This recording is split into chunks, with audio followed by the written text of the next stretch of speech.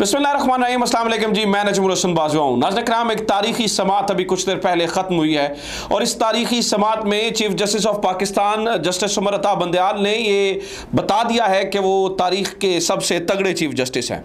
आज तक जितने भी चीफ जस्टिस साहिबान आए हैं, इतना प्रेशर शायद किसी के ऊपर भी नहीं रहा।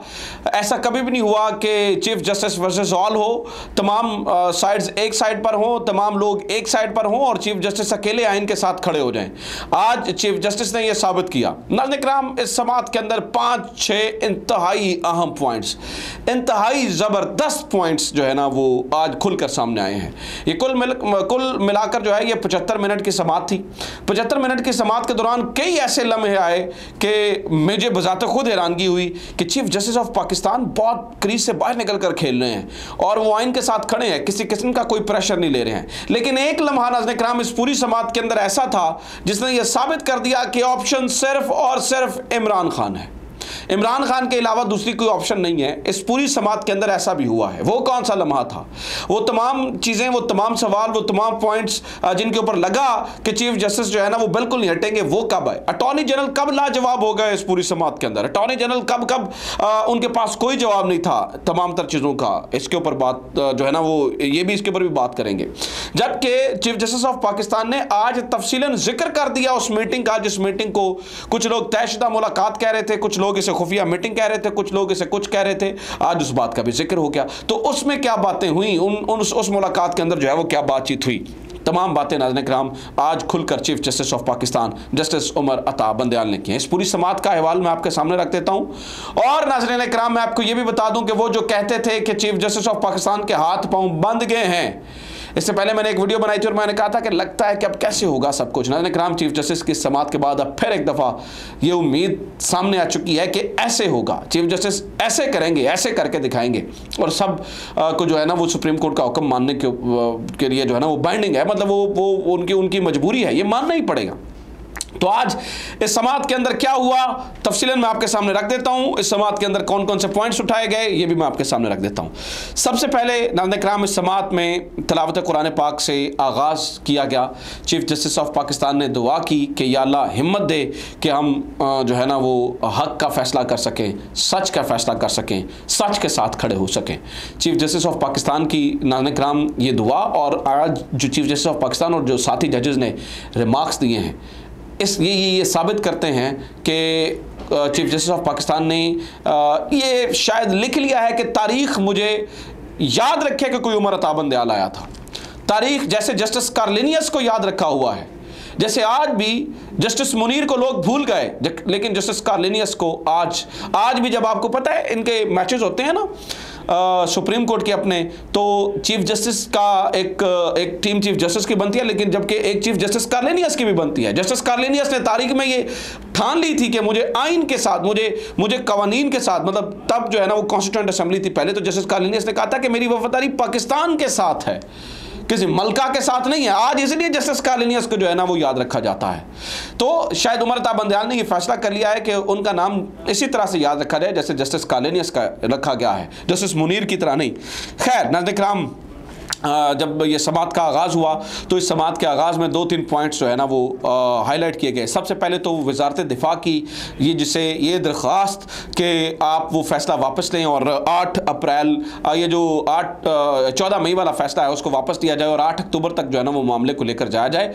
आज उस दरख्वास्त को नाकाबिल समात करार दे दिया गया और कहा जी ये जो है ना वो नाकाबिल समात है। फिर सबसे पहले जो है ना वो सिक्योरिटी की बात हुई, ठीक है। तो चीफ जस्टिस ऑफ पाकिस्तान ने कहा कि 3 लोग जो है ना वो मुझसे मिलने के लिए आए मेरे चैम्बर के अंदर, जिसमें उन्होंने DGISI, DGMI और DGMO की बात की और उन्होंने इस बारे में कहा कि ज़्यादा अच्छा होता कि ये मेरे से जो है ना वो मेरे चैम्बर की बजाय जो है ना वो मेरे सामने यहाँ पर आके ओपन कोर्ट में आप जो है ना वो ब्रीफिंग देते। फिर उन्होंने ये भी कहा चीफ जस्टिस ऑफ पाकिस्तान ने कि मैंने उन्हें कहा कि ठीक है आपने अच्छी प्रेजेंटेशन दी है लेकिन फ़ैसला हो चुका है। फ़ैसला इसलिए आपको क्योंकि इससे पहले सिक्योरिटी का मामला ही नहीं उठाया गया, फ़ंड्स का मामला उठाया गया, बहुत सारी चीज़ों के ऊपर जो है ना वो दरख्वास्त काबिल समात नाकाबिल समात का मामला उठाया गया, बाइकआउट की बात की गई, लेकिन सिक्योरिटी का मामला नहीं उठाया गया और आपको पहले आकर इस पर बात करनी चाहिए थी। अब हम फैसला दे चुके हैं।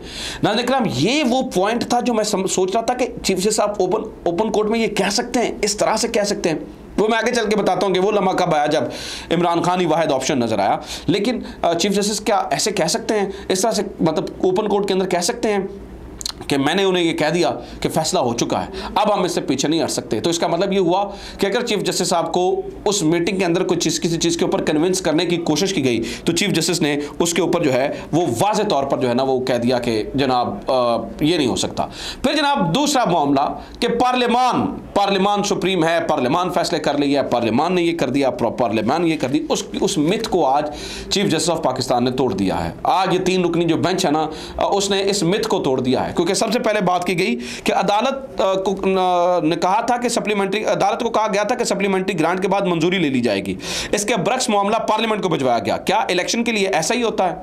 आमतौर पर इलेक्शन के लिए ऐसा होता है या सिर्फ या इस मामले में कर रहे हैं, आमतौर पर भी ऐसा ही होता है? चीफ जस्टिस ऑफ पाकिस्तान ने कहा। और फिर उन्होंने कहा जी कायमा कमेटी ने हुकूमत को हदायत जारी की थी। इसके ऊपर अब चीफ जस्टिस ने इस मिथ को तोड़ा। चीफ जस्टिस ने कहा क्या कायमा कमेटी के अंदर अक्सरियत हुकूमती जमात की नहीं, हुकूमत की तो अक्सरियत होनी चाहिए, और क्या असम्बली के अंदर हुकूमत की अक्सरियत नहीं है? अब नाज़रीन किराम इनको अपनी सर्वाइवल की जो है ना वो फिक्र पड़ गई। क्योंकि अगर ये कहते हैं कि हमारी असम्बली के अंदर अक्सरियत नहीं है तो वज़ीर आज़म साहब को घर जाना पड़ता है। अब ये देखिए कितना मज़ेदार पॉइंट है कि अगर ये मानते हैं कि असम्बली के अंदर हुकूमत की अक्सरियत नहीं है तो वज़ीर आज़म साहब को घर जाना पड़ता है, वज़ीर आज़म साहब की वज़ारत उज़्मा फारिग हो जाती है।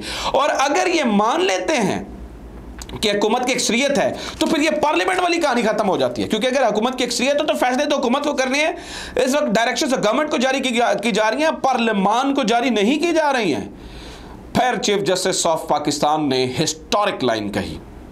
चीफ जस्टिस ऑफ पाकिस्तान ने नाज़रीन किराम इस मौके के ऊपर कहा कि हम पार्लियामान की इज्जत करते हैं, हम हुकूमत को हमारा पैगाम दीजिए कि आप इस मामले में नज़रसानी करें, इस चीज़ के ऊपर नज़रसानी करें, वरना इसके गैर मामूली नताइज भी हो सकते हैं।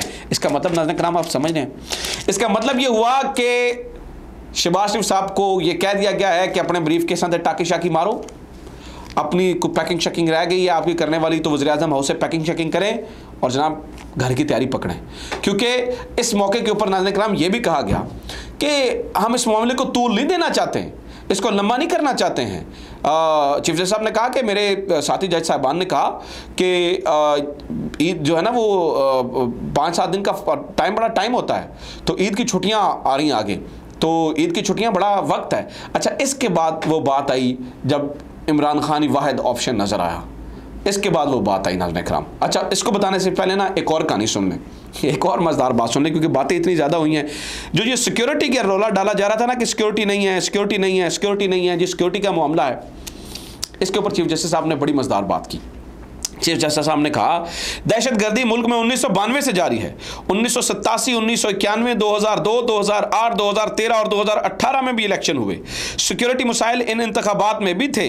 2008 में तो हालात बहुत कशीदा थे, 2007 में भी तो बेनज़ीर भुट्टो की शहादत हुई थी।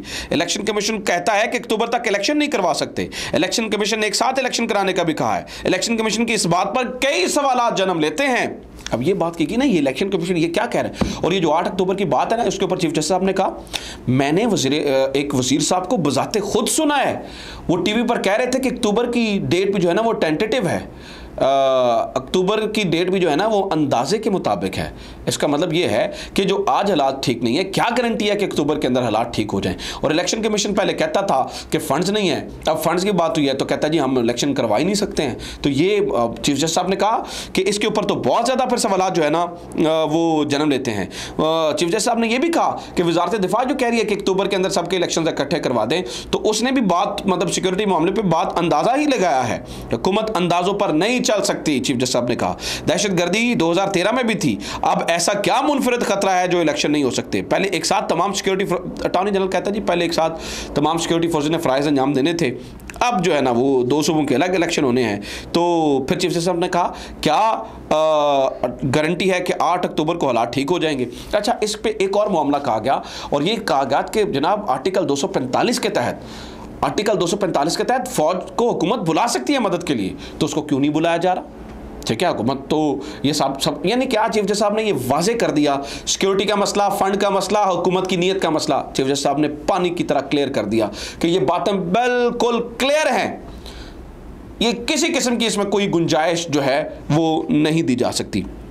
फिर चीफ जस्टिस साहब ने कहा बम धमाकों के दौरान भी बरतानिया में इंतखाबात हुए थे, अदालत को कहाँ इख्तियार है कि इलेक्शन अगले साल करवाने का कहे। इलेक्शन कमीशन ने फंड्स और सिक्योरिटी मिलने पर इंतखाबात करवाने का कहा था। अब ये सारी बातें जनाब वाला हुई। अब आ जाते हैं असल बात की तरफ। मैंने अभी आपको समात का अहवाल बताया है, सबसे अहम बात नहीं बताई है। सबसे अहम बात यह है नाज़रीन कराम, इस मौके के ऊपर हुकूमत अदालत के अंदर सरेंडर कर गई। और वो किस तरह से उसने किया। अटॉर्नी जनरल ने कहा कि जनाब वाला हम इस वक्त पॉलिटिकल प्रोसेस को तेज़ कर रहे हैं, टीमें बना दी गई हैं और वो टीमें क्या कर रही हैं, वो टीमें बातचीत कर रही हैं और यानी कि इमरान खान साहब से बातचीत हो रही है। इसके ऊपर चीफ जस्टिस साहब ने कहा ठीक है, हम वो अटॉर्नी जनरल ने कहा जी आप थोड़ा सा मौका दे दें हुजूर, थोड़ा सा सादा लफ्ज़ों में कहूँ झटकी ज़बान में, हुजूर इमरान खान को मनाने का मौका दे दो। यानी कि नाज़रीन कराम इस वक्त ये तमाम चीज़ें फलां ढिमका इधर उधर बात आके ये ख़त्म हुई कि इमरान खान को मनाने का मौका दें। यानी कि यही कह रहे हैं ना कि पॉलिटिकल प्रोसेस शुरू हो चुका है, पॉलिटिकल प्रोसेस में ये हो गया है, पॉलिटिकल प्रोसेस हमने कमेटीज़ बना दी हैं। तो चीफ जस्टिस साहब ने कहा ठीक है, इससे अच्छा क्या हो सकता है। अगर आप मिल बैठकर फैसला कर ले तो अदालत कुछ मोहलत दे सकती है। इसका मतलब क्या हुआ नाज़रीन कराम, इसका मतलब ये हुआ कि हुकूमत को इमरान खान को मनाना ही वाहिद ऑप्शन है। इसका मतलब है कि आप देखिए कि आपने पूरी फोर्स लगा दी, फोर्स से मुराद पूरी पॉलिटिकल फोर्स, आप तमाम लोग इकट्ठे हो गए, तमाम सियासी जमातें।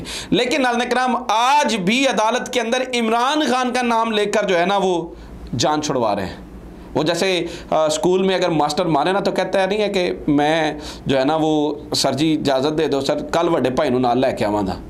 तो आज ये कह रहे हैं इमरान खान को मना लेते हैं, इमरान खान। तो आज नाज़रीन कराम ये साबित हो गया कि आप इधर से कान पकड़े या उधर से कान पकड़े, इमरान खान को जो आप एलिमिनेट करना चाहते थे ना इस पॉलिटिकल प्रोसेस से, आप नहीं कर सके। आज भी अदालत के अंदर से आपकी जान तब छूट रही है कि अदालत कह रही है ठीक है मना लें और बातचीत कर लें, आप आपस में सियासी जमातें बैठ जाएँ। तो नाज़रीन कराम अब ये इसका मतलब है अगर इमरान खान को मनाने का टाइम है तो कितना टाइम है, कल और ईद के 5 दिन, 6 दिन, 6 अहम तरीन दिन।